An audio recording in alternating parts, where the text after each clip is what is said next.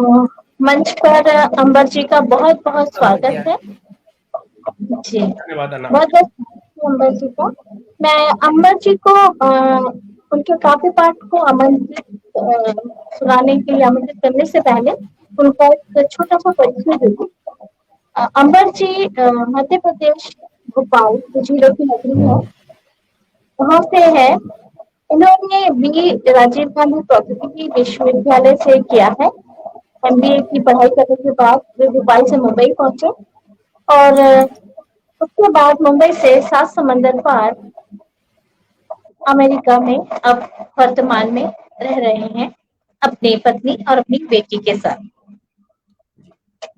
इन्हें साहित्य में रुचि है और अपनी रचनात्मकता बनाए रखने के लिए ये कविताएं और कहानियां लिख रहे हैं, जो कि आज हमें यहाँ सुनने को मिलेगी इनकी कविताएं। तो मैं मंच पर आमंत्रित करती हूँ अंबर जी को। अभिषेक, आप कुछ कहें अंबर जी को। अंबर जी का हार्दिक स्वागत है। अंबर जी के बारे में आपने परिचय दे ही दिया है, तो मैं सीधा कहूंगा अंबर जी को भी काव्य पाठ प्रारंभ करें। जी, सबसे पहले मैं ये कहूंगा कि मेरा बहुत बड़ा सौभाग्य है कि इतने बड़े मंच पर, इस पटल पर आपने मुझे अपनी कविता सुनाने का मौका दिया। तो धन्यवाद अनामिका जी, धन्यवाद अभिषेक जी, धन्यवाद नरेश जी। आपका स्वागत है अंबर जी। और इतने बड़े बड़े महारथी कवि इस मंच पर हैं और उनके सामने मैं अपनी रचना प्रस्तुत करते हुए मैं आस्था जी से थोड़ी देर पहले बात कर रहा था कि मुझे एक तो गर्व फील हो रहा है और ऊपर से इतने योग्य, इतने महारथियों के बीच में मुझे अपनी कविता सुनाते हुए काफी नर्वसनेस भी फील हो रही है, क्योंकि मैं बिल्कुल अपने विचार, अपने किसी भी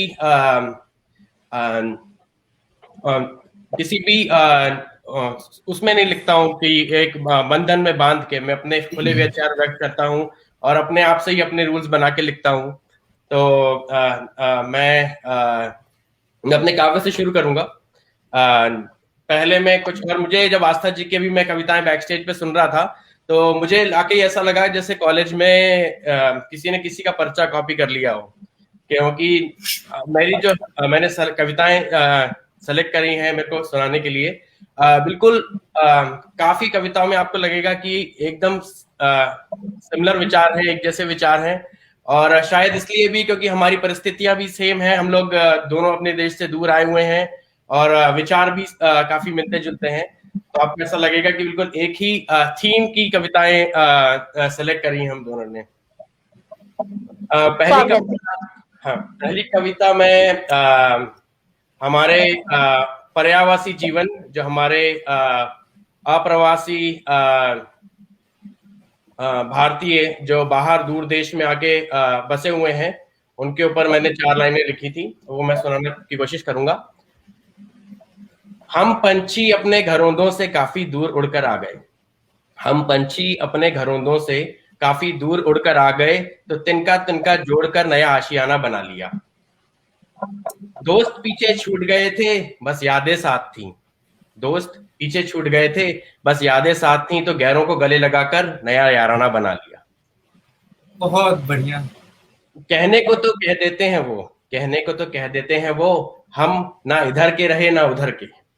कहने को तो कह देते हैं वो, हम ना रहे इधर के ना उधर के, पर संजोए रखा है हमने अपने घर की यादों को अपने दिल में छुपाकर। पर संजोए रखा है हमने अपने घर की यादों को अपने दिल में छुपाकर, और कभी कभी तकिए पे अकेले रोने का उन्हें बहाना बना लिया। हम पंछी अपने घरों से काफी दूर उड़कर आ गए, तो तिनका तिनका जोड़कर नया आशियाना बना लिया।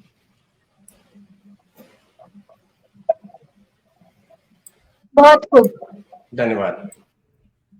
मतलब कि विदेश में है तो उसको बहुत सुंदर से परिभाषित किया आपने अपनी रचना। धन्यवाद। आगे सुन। जी जी, ये 4 पंक्तियां मैंने लिखी थी। थोड़ी मैं वैसे मोस्टली कविताएं सोशल इश्यूज पे लिखता हूँ, वुमेन पे लिखता हूँ, फेमिनिस्ट पोएट हूँ, बट कभी कभी थोड़ी रोमांटिक कविता लिखने का मन किया तो ये 4 लाइनें लिखी थी मैंने। कहानी लिखने बैठता हूं तुम किरदार बन जाती हो। मैं कहानी लिखने बैठता हूं तुम किरदार बन जाती हो। नज्म लिखने बैठूं तो तुम मेरा प्यार बन जाती हो। मैं नज्म लिखने बैठूं तो तुम मेरा प्यार बन जाती हो। जहां नाम तुम्हारा शामिल है बस वहीं मेरा जहां होता है। बंद आंखों से महसूस करता हूं तुम्हें, ऐसा सुकून और कहां होता है। शब्द छोटे हो जाते हैं मेरी कलम साथ नहीं देती। ऐसा मंजर लफ्जों से कहां बयां होता है। ऐसा मंजर लफ्जों से कहां बयां होता है। वाह, बहुत लाजवाब। अच्छा अच्छा सुना रहे हैं आप और अच्छा लिखते हैं आप। और वैसे भी अभिव्यक्ति किसी बंधन का मोहताज नहीं होती। आप बिल्कुल बहुत अच्छी तरह से कविता पाठ कर रहे हैं, बहुत अच्छा लिख रहे हैं। आगे कविता सुनाइए। हौसला अफजाई के लिए बहुत बहुत शुक्रिया। मैं बस ये कहना चाह रहा था कि मेरी कविता जरूरी नहीं लगता मुझे कभी राइम हो, जब तक मेरे को उसमें वो एहसास आ जाता है जो मेरे शब्दों में आना चाहिए, मैं उसी हिसाब से उसको बांधता हूँ। Fix number of lines, paragraphs, stanzas क्या इतनी तकनीकी मालूमात नहीं है मुझे, तो बस अपना दिल खुश करने के लिए लिखता हूँ। वो अपना दिल खुश करने के लिए लिखते हैं ना अमर जी, वो बहुत ही अच्छा लिखते हैं। आप अपना दिल ऐसे ही खुश करते रहिए और आपकी कविताएं सुनकर हम सब लोग खुश होते रहेंगे। धन्यवाद। अभी कोरोना के समय काफी समय मिला घर पे बैठ के अपने आसपास टटोलने को, अपने अंदर टटोलने को।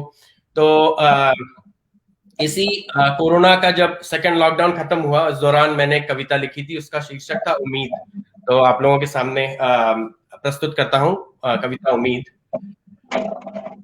इस तेज रफ्तार से चलते चलते हम आ गए और कहीं, कौन सा वो मोड़ था जो आसान था तो लगा सही।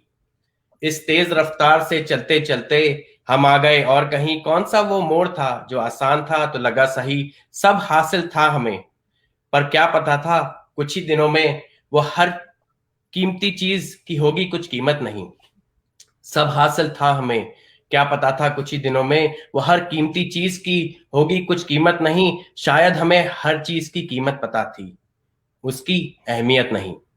शायद हमें हर चीज की कीमत पता थी, उसकी अहमियत नहीं। अब ये कितने दिन और चलेगा ये भी पता नहीं, और फिर वैसा ही होगा जीवन ये भी कहना आसान नहीं। और फिर वैसा ही होगा जीवन ये भी कहना आसान नहीं। आज ऐसी बारिश में कैद हुए हैं, आज ऐसी बारिश में कैद हुए हैं, कब रुकेगी ये पता नहीं, बस धूप का इंतजार है। कब निकलेगा सूरज बहुत हुआ ये अब और नहीं, कब निकलेगा सूरज बहुत हुआ ये अब और नहीं। लेकिन अब जब सूर्योदय होगा, लेकिन अब जब सूर्योदय होगा और हम निकल पाएंगे इस लंबी अंधेरी रात से, मिटा देंगे अपने अंदर छुपे अंधकार को उसके आलोक के प्रताप से। अब जब उगेगा सूरज और हम निकल पाएंगे लंबी अंधेरी रात से, मिटा देंगे अपने अंदर छुपे अंधकार को उसके आलोक के प्रताप से। अब जब मुमकिन होगा मिलना लोगों से, तब हम लोगों से नहीं मिलेंगे, तब हम लोगों से नहीं मिलेंगे, मिलेंगे हम उनके दिलों से। उनका रंग नहीं देखेंगे हम उनका रूप देखेंगे, उनका रंग नहीं देखेंगे हम उनका रूप देखेंगे। वो सौंदर्य जो अभ्यंतर है, जोड़ेंगे नहीं संपत्ति, जोड़ेंगे नहीं संपत्ति, हम पलछिन जोड़ेंगे वो संपदा जो निरंतर है। हम फिर पीछे लौटेंगे, हम फिर पीछे लौटेंगे और जहां गलत मुड़े थे, और बंद कर देंगे वो रास्ता, और बंद कर देंगे वो रास्ता कि हमारे बाद कोई भी राह भटक ना जाए। अब हमें पता चली है खुली हवा में सांस लेने की ये कीमत, हर कीमत पे कोशिश करेंगे कि अब ये आजादी हमसे छिन ना पाए, कि अब ये आजादी हमसे कभी छिन ना पाए। बहुत खूब, जबरदस्त, लाजवाब आपकी ये रचना। धन्यवाद। बस कोरोना के समय में बहुत ही, जैसे मैंने कहा, आत्म चिंतन करने का मौका मिला। क्या गलतियां हुई हैं, और काफी कुछ जैसे लॉकडाउन में बाहर तब्दीलियां देखने को मिली एनवायरनमेंट में, और लगा कि हम मानव किन किन गलतियों के कारण आज इस स्टेज पे आके पहुंचे हैं। तो उन्हीं सारे अपने भावों को मैंने उस कविता में पिरोने की कोशिश करी थी। स्वागत है आपका। धन्यवाद। एक और कविता है, वो भी जैसे ये कविता मेरी तरफ से अंदर से बाहर देखने की है। एक और कविता मैंने कोरोना के समय में लिखी थी, वो थोड़ा बाहर से अंदर अपने घर में देखने की है कि मैं कविता प्रस्तुत करूंगा, भाव अपने आप आपके सामने आगा। आज किसी कारणवश मैं अपने घर में रुका, आज कोरोना वश होकर मैं अपने घर में ही रुका। घर के जिस कोने को गौर से देखा, मुझे अधूरा पड़ा कोई काम दिखा। घर के जिस कोने को मैंने गौर से देखा, मुझे अधूरा पड़ा कोई काम दिखा। कहीं पर्दे बदलने हैं, कहीं दीवारों पे रंग होना है। कोई मेज थोड़ी पुरानी है, कहीं गुसल खाने में मरम्मत होना है। किसी ने सही कहा है, ये घर के काम है ना, कभी खत्म ही नहीं होते। पर सोचो तो शायद कोई काम ही नहीं है, ये हम ही हैं, कभी खुद से कभी इस घर से खुश नहीं होते। पर सोचो तो शायद कोई काम ही नहीं है, ये हम ही हैं, जो कभी खुद से कभी खुद के इस घर से संतुष्ट नहीं होते। फिर कोई कोरोना आता है, फिर कोई कोरोना आता है हमें याद दिलाने कि ये जो काम है ये कल भी हमेशा की तरह बचे होंगे। ये जो काम है ये कल भी हमेशा की तरह बचे होंगे, पर शायद इन्हें करने के लिए हम ना बचे होंगे। एक छोटा सा वायरस जिंदगी की एक बड़ी तस्वीर दिखा जाता है। एक छोटा सा वायरस जिंदगी की एक बड़ी तस्वीर दिखा जाता है। कहता है रुको, कहता है रुको, आराम करो, आराम करो, आनंद लो इस घर का, जिसको बनाने के लिए तुम ताउम्र मेहनत करते रहे, और इसमें रहे लोग जो तुम्हारे साथ चार बातें करने के लिए हमेशा तरसते रहे। फिर एक मुस्कुराहट सी आ जाती है चेहरे पे, फिर एक मुस्कुराहट सी आ जाती है चेहरे पे, और फिर कोई काम नहीं दिखता, बस मेरा घर दिखता है। फिर कोई काम नहीं दिखता, बस मेरा घर दिखता है, जहां सुकून है, आराम है। ये मेरा घर नहीं, ये मेरा सपना है। बड़ा अपना सा लगता है मुझे ये घर, क्योंकि इस घर में रह रहा हर शख्स मेरा अपना है। बड़ा अपना सा लगता है ये घर, क्योंकि इस घर में रह रहा हर शख्स मेरा अपना है। वाकई वाकई कोरोना ने बहुत बहुत सारे लोगों को ये एहसास कराया कि परिवार क्या चीज है। जो लोग लगभग भूल से गए थे, उनको बाहरी दुनिया, पार्टीज और बाहर खाना पीना, घूमना फिरना, दोस्तों में, छोटे बच्चे बड़े, तो वापस परिवार में एक दूसरे की वैल्यू करना, या कि हाँ घर में लोग हैं भी। बस पहले तो ऐसा लगता था कि हाँ लौट के आए कि हाँ भाई सबकी अपनी अपनी ड्यूटीज हैं, लेकिन एक तो इमोशनली अटैचमेंट वो वापस थोड़ा आया कि लोगों को लगा कि हाँ जो परिवार में लोग हैं उनको भी हमारी जरूरत है, हमें भी उनकी जरूरत है। ये कोरोना कभी कभी मुझे ऐसा लगता है ये बीमारी नहीं है, ये हम सबको एक सबक सिखाने आई है, क्योंकि हम लोग बहुत कुछ भूल ही गए थे, तो ये एक सबक सिखा के जा रही है। ऐसा कभी मुझे लगता है। बहुत अच्छा आपने अपनी कविता में इस बात को रखा, बहुत सुंदर। आगे आप अपनी कविता पेश कीजिए। कोरोना से पहले भी मैंने 4 लाइनें लिखी थी। भागी जा रही है दुनिया, भागे जा रहे हैं हम, ना आगे जा रही है दुनिया, ना आगे जा रहे हैं हम उसी जमा जोड़ घटाव में लगे हुए हैं, और उसी दौड़ भाग में हम खुशियां बाहर ढूंढ रहे हैं। जैसे मैंने बोला ना, ये कविता मुझे लगा कि मैं अंदर से बाहर देखने के बजाय बाहर से अंदर देख रहा हूँ। हम खुशियां बाहर ढूंढ रहे हैं, बाहर संपत्ति जोड़ने के लिए, खुशियां जोड़ने के लिए, बड़ी गाड़ी के लिए, घर के लिए, लेकिन जो हमारे पास है उसको ना हम अच्छी तरीके से हम उसका लुत्फ उठा पा रहे हैं, ना जो लोग हमारे साथ जुड़े हुए हैं, जिनकी उनका पूरा जीवन हमारे साथ जुड़ा हुआ है, ना उनके साथ हम क्वालिटी टाइम स्पेंड कर पा रहे हैं। तो कोरोना वाकई एक आई ओपनर था सबके लिए, जिसने सबको ये दिखाया कि जो है उसमें भी आप घर पे रह के अपने परिवार के साथ भी खुश रह सकते हो, और जबरदस्ती नहीं है कि आपको हमेशा भागते ही रहना है और अगले कदम के बारे में ही हमेशा प्लानिंग करते रहना है। अपने में भी खुश रह सकते हैं। जी जी। और फिर कोरोना के सबसे अच्छा है लिखने का मौका मिलता है। आपको बाहर जाना नहीं है, ऑफिस के लिए ट्रैफिक में नहीं बैठना है, तो घर पे आराम से बैठ के जितना फ्री टाइम है उसमें लिखने का मौका मिलता है।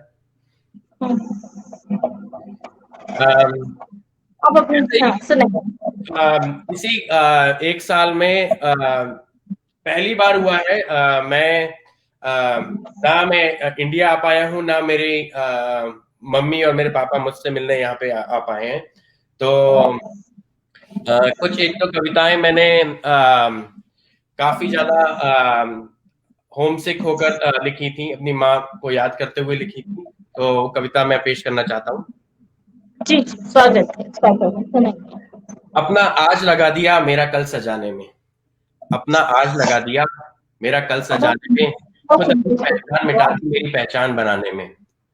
कोई दुख मुझे छूने ना दिया, कोई दुख मुझे छूने ना दिया, ऐसा अपने आंचल के साथ मुझे खड़ा किया, ऐसा अपने आंचल के साए में मुझे बड़ा किया। मेरी उंगलियां पकड़कर मुझे अपने पैरों पर खड़ा किया, मेरी उंगलियां पकड़कर मुझे अपने पैरों पर खड़ा किया। परंतु एक पल भी मैं खड़ा नहीं हो सका, परंतु एक पल भी मैं खड़ा नहीं हो सका, मैं खड़ा नहीं हो सका साथ उसके। जैसे ही होश संभाले छोड़ दिए मैंने हाथ उसके, और दौड़ पड़ा मैं, और दौड़ पड़ा मैं अपनी किस्मत आजमाने, अपना कौशल दिखाने, अपने क्षमता के अनुरूप अपना भविष्य बनाने। और दौड़ता दौड़ता उससे बहुत दूर आ गया हूँ, आज दौड़ता दौड़ता उससे बहुत दूर आ गया हूँ। आज अपने आप को समझाता हूँ कि छोटे शहरों में गांव में और विकल्प भी क्या होता है, छोटे शहरों में गांव में और विकल्प भी क्या होता है। लाख समझा लूं अपने इस परिपक्व आज को, पर अंदर छुपा मेरा बचपन फिर भी रोता है। लाख समझा लूं अपने इस परिपक्व आज को, पर अंदर छुपा हुआ मेरा बचपन फिर भी रोता है। माँ भी बहुत अनोखी है, बेटे को आसमान छूता देखना चाहती है, पर उसकी उंगलियां छोड़ने से कतराती है। माँ भी बहुत अनोखी है। धन्यवाद। माँ भी बहुत अनोखी है, बेटे को आसमान छूना देखना चाहती है, पर उसकी उंगलियां छोड़ने से कतराती है।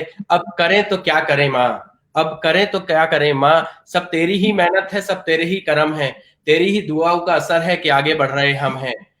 मैं कभी कहता नहीं सुन ले तो वो रोने लग जाती है, मैं कभी कहता नहीं सुन ले तो वो रोने लग जाती है, क्योंकि मैं दूर हूं ना उससे, पर मेरी मम्मा मुझे बहुत याद आती है, मेरी मम्मा मुझे बहुत याद आती है।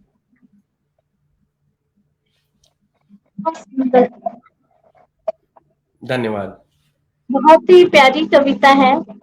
और ये जो आपने अभी आखिरी पंक्ति बोली कि वो बेटे को आसमान छूते हुए भी देखना चाहती है, मगर उसकी उंगली छोड़ने से भी डरती है। बहुत ही दिल को छूने वाली और बहुत ही सच्ची बात है ये, और ये सभी माँओं का हाल होता है। बहुत बेहतरीन, बहुत अच्छी कविताएं आप प्रस्तुत कर रहे हैं, और पहली बार सुन रहे हैं आपको। बहुत सारे लोगों को पहले भी सुना हुआ है, कुछ परिचित भी है, जैसे आपसे भी फेसबुक से परिचित है, लेकिन कविताएं पहली बार सुन रहे हैं, तो बहुत आनंद आ रहा है। बहुत अच्छी कविताएं हैं। चलिए आगे। और क्योंकि जितनी बार भी ये कोरोना के समय में, अगर जैसे ही टाइम ज्यादा बीतता गया, जितनी बार भी घर पे मैंने बात करी, हर बार एक कांस्टेंट दुख, एक कांस्टेंट गिल्ट दिल में आया कि हम क्यों अपना परिवार छोड़ के आ गए, क्यों अपना घर छोड़ के आ गए। और ऐसे ही दुख को शब्दों में, जैसे मैंने बताया, क्योंकि इस भी कविता को आप देखोगे तो इसमें कोई पैराग्राफ की लेंथ का ध्यान नहीं रखा गया है, राइम कर रहा है नहीं, बस मैंने अपने भाव प्रकट करने की कोशिश करी है, उसी कांस्टेंट गिल्ट, उसी कांस्टेंट दुख को।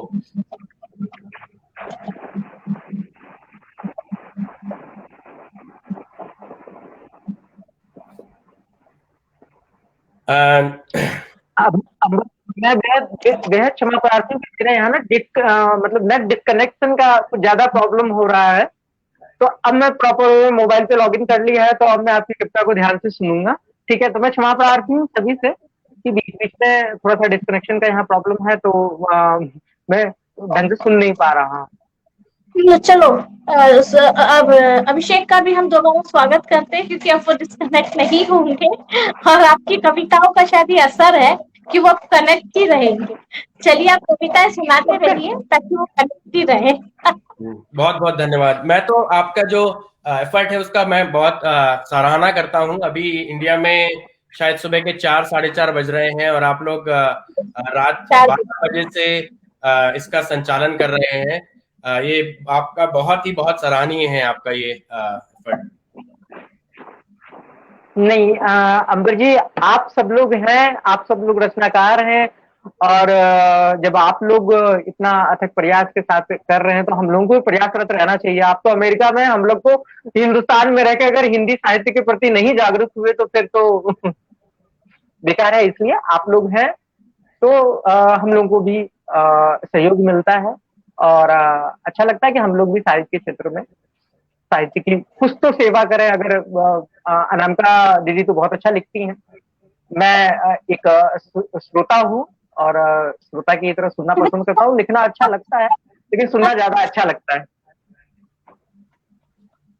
जी हाँ, मैं अनामिका जी को काफी समय से फेसबुक पे फॉलो कर रहा हूँ, और बहुत ही अच्छा लिखती हैं। तो मेरा इतना सौभाग्य है, जैसे मुझे अनामिका जी से 2-3 दिन पहले जैसे व्हाट्सएप पे मैसेज आया, तो पहले तो मुझे भरोसा ही नहीं हुआ। फिर मैंने उनको बताया कि नहीं, मैं तो आपका फेसबुक पे बहुत सालों से फैन हूँ, आपसे जुड़ा हुआ हूँ फेसबुक पे, काफी सालों से फॉलो कर रहा हूँ।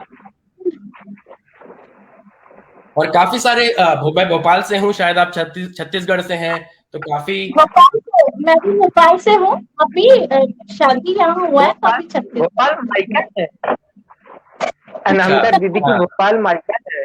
जी एक ही शहर।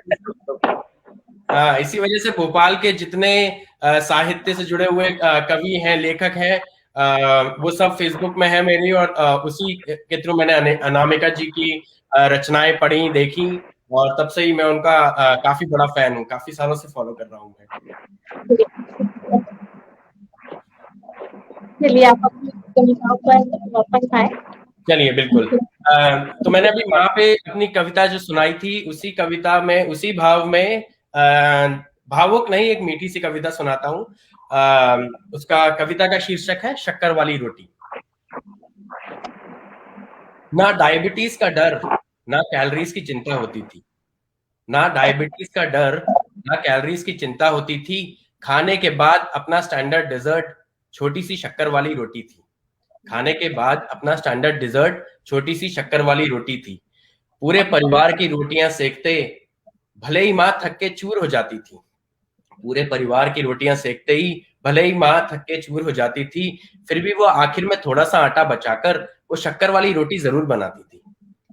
फिर भी आखिर में वो थोड़ा सा आटा बचाकर शक्कर वाली रोटी जरूर बनाती थी।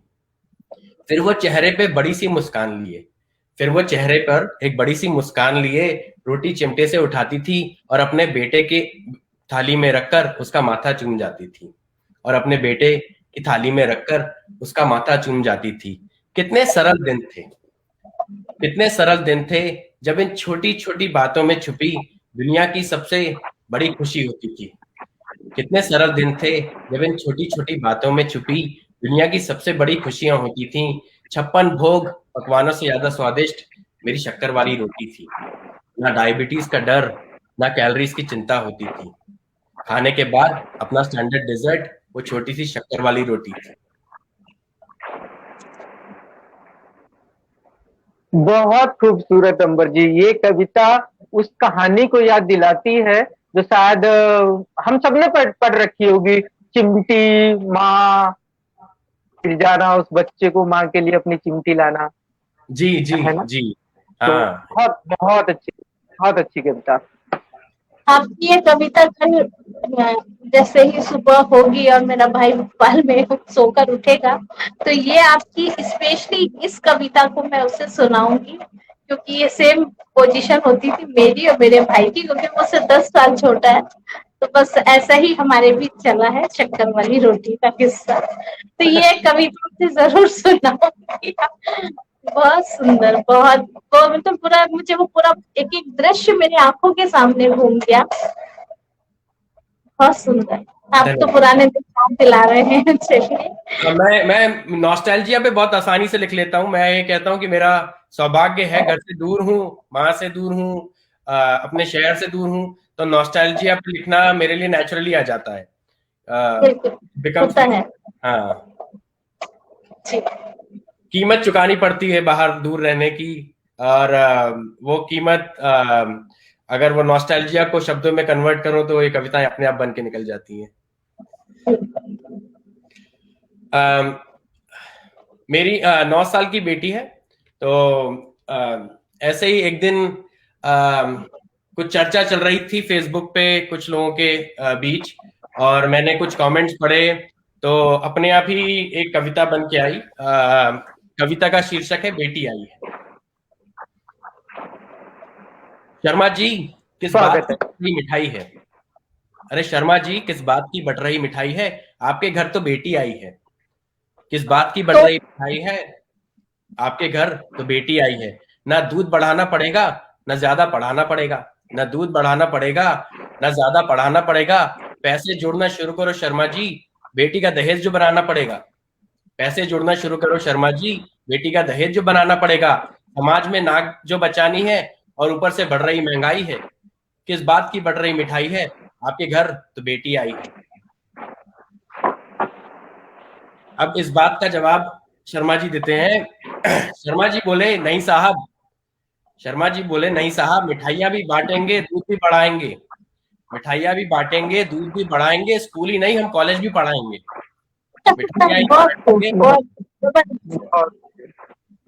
मिठाइयां भी बांटेंगे दूध भी बढ़ाएंगे, स्कूल ही नहीं हम कॉलेज भी पढ़ाएंगे। सपने देखने का हौसला देंगे और उसे पूरे करने की हिम्मत भी बढ़ाएंगे। सपने देखने का हौसला भी देंगे और उसे पूरे करने की हिम्मत भी बढ़ाएंगे। जितना उड़ना चाहेगी उड़ेगी हमारी बेटी, जितना उड़ना चाहेगी उड़ेगी हमारी बेटी। उसे संस्कार भी देंगे और सक्षम भी बनाएंगे, उसे संस्कार भी देंगे और सक्षम भी बनाएंगे। और हाँ, किसी ने 2 पैसे दहेज के मांगे, किसी ने 2 पैसे भी दहेज के मांगे, पूरे समाज के सामने उसे 4 जूते भी लगाएंगे। तो पूरे समाज बढ़िया उसे 4 जूते भी लगाएंगे। तो मुंह मीठा कर लो साहब, आज हमारे घर बट रही मिठाई है। तो मुंह मीठा कर लो साहब, आज हमारे घर बट रही मिठाई है, क्योंकि आज हमारे यहाँ बेटी आई है। बहुत आपने हम सबका भी मुंह मीठा कर दिया। आपकी बेटी को बहुत बहुत प्यार, बहुत आशीर्वाद। अंबर जी हर घर में शर्मा जी जैसे लोग हैं जी। हाँ, हमारे वाकई में शर्मा जी से तो लोगों की बहुत जरूरत है। जी जी। ये असल में ये कविता का इंस्पिरेशन एक लाइव चर्चा मैंने फेसबुक पे कमेंट्स में सुनी थी, और उसमें लोगों ने ये सब बातें जो दूध बढ़ाना पड़ेगा और ये सब मैंने पिछले साल 2020 में ये सब मैंने फेसबुक पे पढ़ा। तो मेरे को लगा कि यार ये तो जमाना पूरा बदल रहा है। कहने की बात नहीं है और हकीकत है, लड़कियां कंधे से कंधे मिला के चल रही हैं। और ये अभी भी कई जगहों पे ये बातें इसी तरह से नाप तोली जाती हैं कि कहाँ ज्यादा खर्चा हो जाता है लड़कों को पालने में, और लड़कियों के लिए पैसा खर्चा इसलिए नहीं करते हैं क्योंकि उनका दहेज बनाना पड़ता है।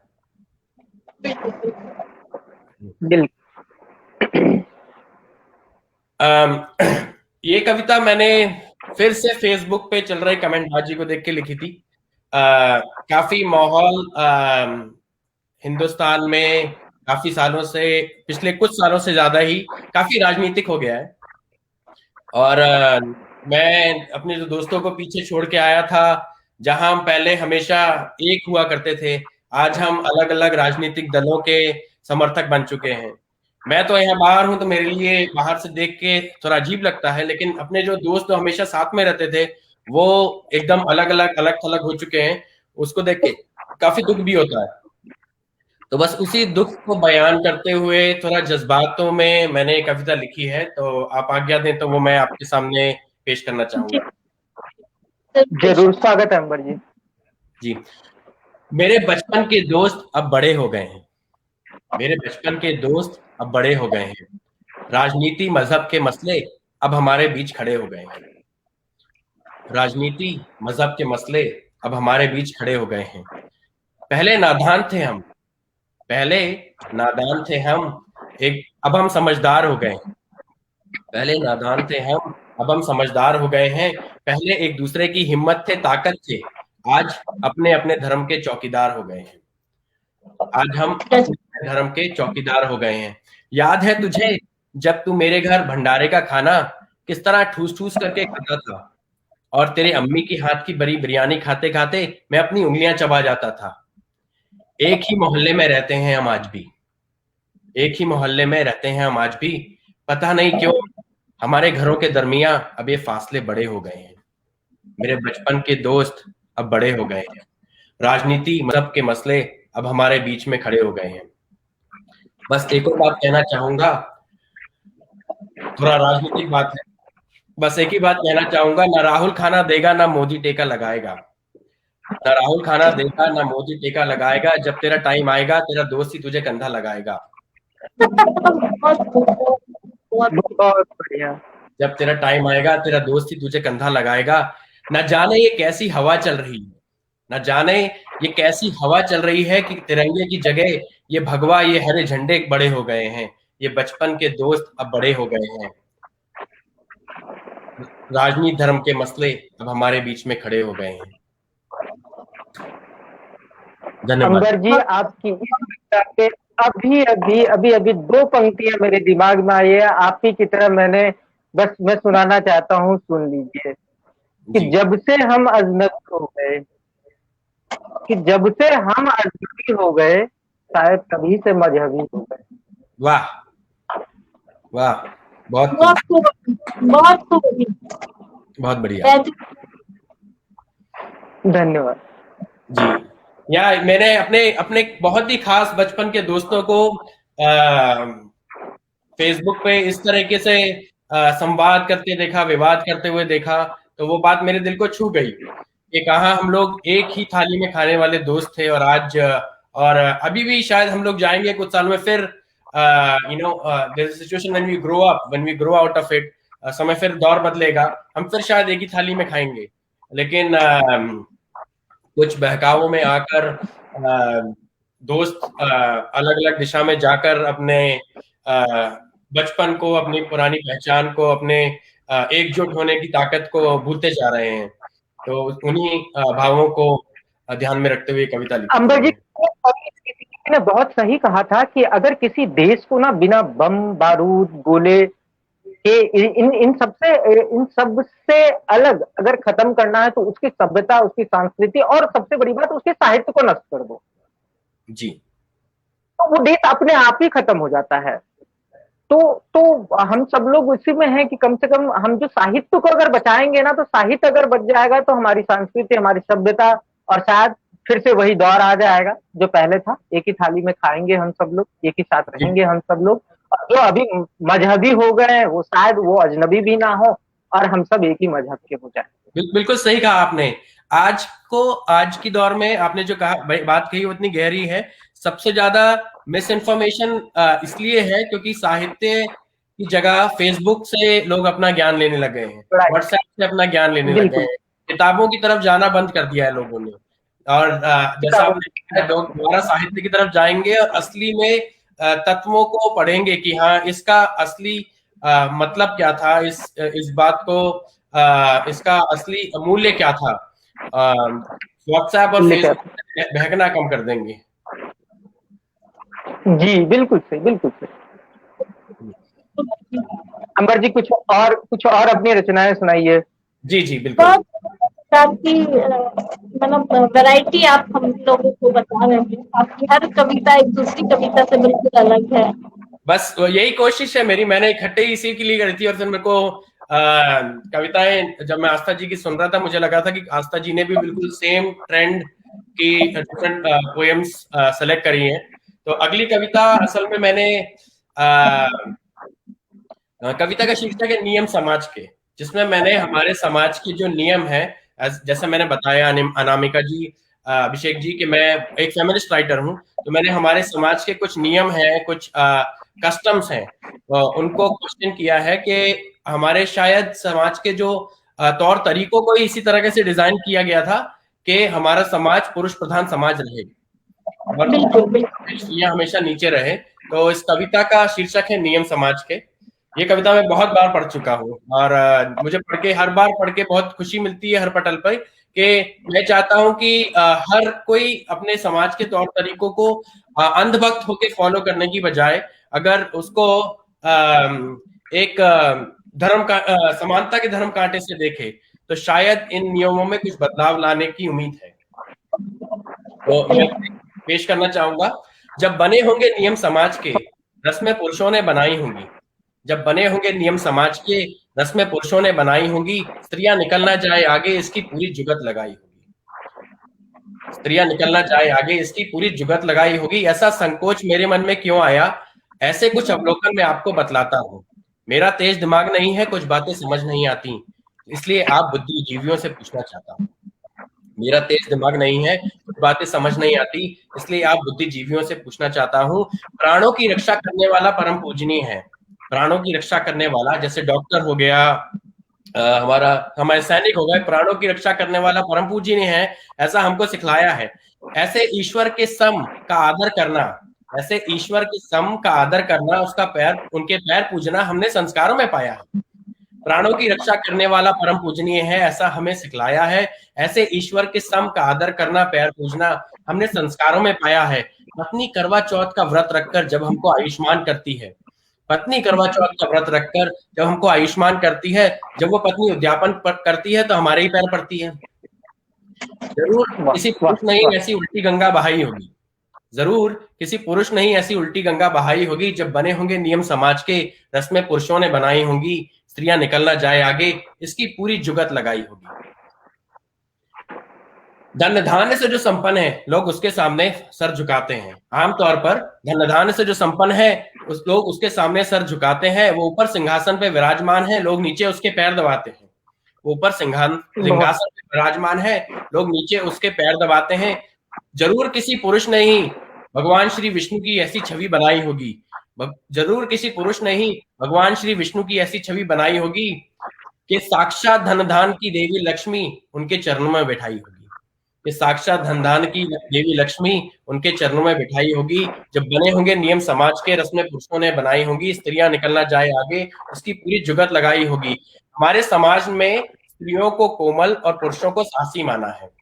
हमारे समाज ने स्त्रियों को कोमल और पुरुषों को साहसी माना है। जहां सौंदर्य रस स्त्रियों को अलंकृत है, वीर रस ने पुरुषों को पहचाना है। जहां सौंदर्य रस स्त्रियों को अलंकृत है, वीर रस ने पुरुषों को पहचाना है। अपना घर छोड़कर एक नया जीवन शुरू करना कितना कठिन है, जिसने किया है उसी ने जाना है। अपना घर छोड़कर एक नया जीवन शुरू करना कितना कठिन है, जिसने किया उसी ने जाना है। फिर भी नियम है, फिर भी नियम है। वो वीर बहादुर लड़के शान से अपने पिता के घर पे रहेंगे और उन नाजुक कोमल लड़कियों की विदाई होगी। जब बने होंगे नियम समाज के, रस्में पुरुषों ने बनाई होंगी, स्त्रियां निकलना जाए आगे उसकी पूरी जुगत लगाई होगी। ऐसे और कई उदाहरण, बहुत सुंदर कविता, धन्यवाद। ऐसे और कई उदाहरण हर रोज हमारे सामने होते हैं। ऐसे और कई उदाहरण हर रोज हमारे सामने होते हैं। कभी परिस्थिति, कभी सहूलियत के हिसाब से हम इन्हें मान लेते हैं। जब तक हमारी माँ, बेटी, बहन को तकलीफ ना हो तब तक सब नजरअंदाज है। पर कभी सोचा है इन्हीं बातों से बदलता है समाज का दृष्टिकोण, होता पुरुष प्रधान समाज का आगाज है। तो परखो हर नियम को समानता के धर्म कांटे से। आंखें बंद कर लेने से थोड़ी समाज की सफाई होगी। जब बने होंगे नियम समाज के, रस्में पुरुषों ने बनाई होंगी, स्त्रियां निकलना जाए आगे इसकी पूरी जुगत लगाई होगी। बहुत भावनात्मक कविता, ऐसा जैसे लगा धो डाला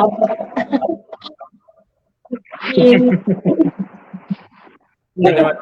बहुत अच्छी कविता, बहुत अच्छी कविता, बिल्कुल सच्ची कविता। आपके पास और 5 मिनट है अंबर जी जी। मेरी अगली कविता, असल में जब मैंने ज्वाइन किया था तो आस्था जी एक कविता सुना रही थी, अजन्मी बेटी। जैसे मैंने कहा है, मैंने उनका पूरा पर्चा कॉपी किया है, तो मैं भी कविता सुनाऊंगा, अनामिका। वो अनामिका इसलिए है क्योंकि वो एक अजन्मी बेटी है जिसका जन्म नहीं हुआ।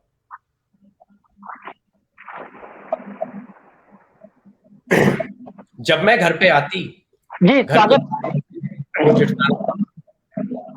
जी आप कुछ कह रहे थे? स्वागत है अंबर जी, स्वागत। जी धन्यवाद। जब मैं घर पे आती, घर किलकारियों से गूंज उठता ना पापा। जब मैं मुस्कुराती तो आपका दिल भी मुस्कुराता ना पापा। लेकिन जब कोई अनजान अचानक मुझे गोदी में उठा लेता तो मैं चीख चीख के रोती, मैं सारा घर सर पे उठा लेती। मैं चीख चीख के रोती, मैं सारा घर सर पे उठा लेती।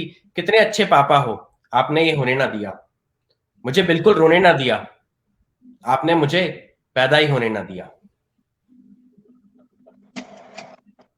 पता तो चल गया था आपको कि गुड़िया घर आने वाली है, पता तो चल गया था आपको कि गुड़िया घर आने वाला ही है। सुन रही थी मैं जब डॉक्टर आंटी ने आपको बताया था। माँ तब भी मुस्कुरा रही थी, माँ तो तब भी मुस्कुरा रही थी, पर पता नहीं क्यों आपको देखकर दादी ने मुंह बनाया था।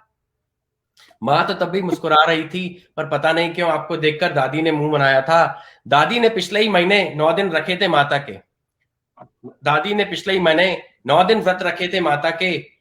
मोहल्ले भर से गुड्डियों को ढूंढ ढूंढ कर कन्या पूजन कराया था, मोहल्ले भर से गुड्डियों को ढूंढ ढूंढ कर कन्या पूजन कराया था, पर पता नहीं क्यों माता के इस पवित्र यज्ञ में मुझे शामिल होने न दिया, पर पता नहीं माता के इस पवित्र यज्ञ में मुझे शामिल होने न दिया। मेरे दादी ने भी मुझे पैदा ही होने न दिया, मेरी दादी ने भी मुझे पैदा ही होने न दिया।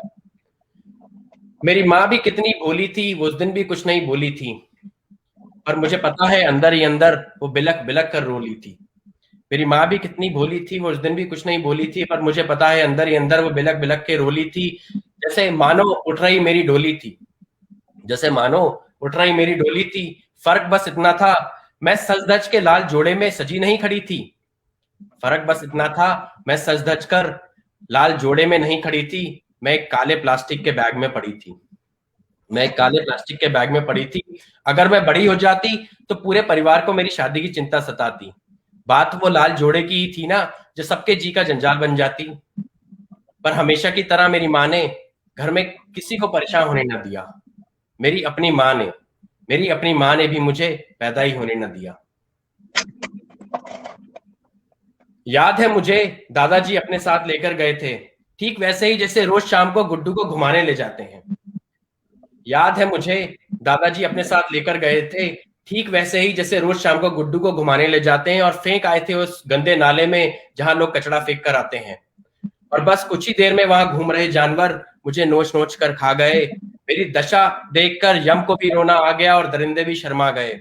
मेरी दशा देखकर यम को भी रोना आ गया और दरिंदे भी शर्मा गए। लेकिन हम इंसानों ने अपनी नीचता का कीर्तिमान बिल्कुल कम ना होने दिया। मेरे अपनों ने, मेरे खुद के घर वालों ने, मेरे परिवार वालों ने मुझे पैदा ही होने न दिया।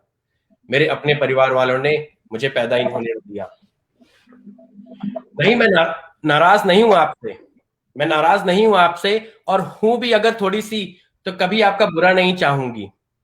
जो हुआ मेरे साथ देना तो मुझे श्राप चाहिए, जो हुआ मेरे साथ देना तो मुझे श्राप चाहिए, पर बेटी हूं ना, आशीर्वाद ही दे पाऊंगी। सही बताऊं तो मैं बहुत खुश हूं, सही बताऊं तो मैं बहुत खुश हूं कि जिस घर में बेटी को बोझ समझा जाता है, भगवान जी ने मुझे ऐसे घर में बड़ा ही होने न दिया। मेरे अपने भगवान जी ने भी मुझे पैदा ही होने न दिया, मेरे भगवान जी ने भी मुझे पैदा ही होने न दिया। धन्यवाद। आप मत दीजिए धन्यवाद, क्योंकि हम मतलब मैं बताऊं, मेरी तो आंखें गीली हो गई है इस कविता से। मुझे ऐसा लग रहा था कि कविता आप जरूर पढ़ रहे हैं, लेकिन मुझे ऐसा लग रहा था कि बेटी की आवाज मेरे कानों में गूंजेगी, क्योंकि घर में मेडिकल के लोग हैं तो ऐसे किस्से कई सुने हैं कि बेटी पैदा हुई है, और आए तो सुनने को मिलता ही है कि यहाँ पड़ा मिला, वहां मिला। तो बहुत ही मतलब बहुत ज्यादा अंदर तक पूरे कविता बहुत ही ज्यादा भावुक कर दिया आपने। ऐसा लग रहा है बच्ची की आवाज ही आ रही है कानों में। मुझे भी वो बच्ची की आवाज ही मेरे कानों में आई थी। मुझे मैंने एक डॉक्यूमेंट्री देखी थी, और उसके बाद मैंने एक कविता सुबह 4 बजे उठ के लिखी है, और वो बिल्कुल जैसे आपको लगा वैसे ही वो बच्ची की आवाज मेरे कानों में आ रही थी। और बस वहीं पे भाव जो थे मैंने अपने पेज पे उतारने की कोशिश करी। सबसे बड़ी बात, कविता पढ़ते हुए एक बच्चा जैसे बात करता है ना कि मेरे पापा ने मुझे आने नहीं दी, वो जो चीज है ना, ऐसा वो बच्ची की बस आवाज आपकी थी, लेकिन वो भावना और वो टोन वो सब कुछ एक बच्चे का था। तो बहुत ही मार्मिक था। तो विषय को कहना पड़ता है।